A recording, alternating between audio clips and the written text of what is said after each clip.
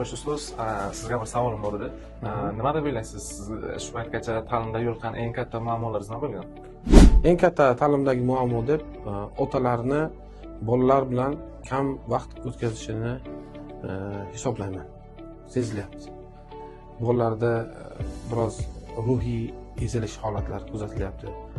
O'sha bo'shliqni, boladagi ruhiy bo'shliqni bolalar ko'proq telefondan yoki mana kompyuter o'yinlariga berilib ketish bilan o'sha bo'shliqni to'ldirgisi kelyapti. Ota rolini ham, ona rolini ham hayotda hech kim bosa olmaydi.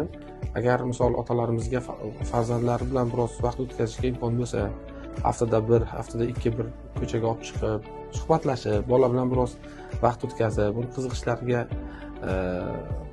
qiziqib, so'rab, agar biroz ishlashsa, bolada ruhiy tayanch paydo bo'ladi. Bola biladi, demak, uni maqsadlarini yo'naltirib turadigan, unga to'g'ri yo'l ko'rsatib turadigan shaxs mavjud va bu narsa ruhiy ko'tarinkilik beradi bolada.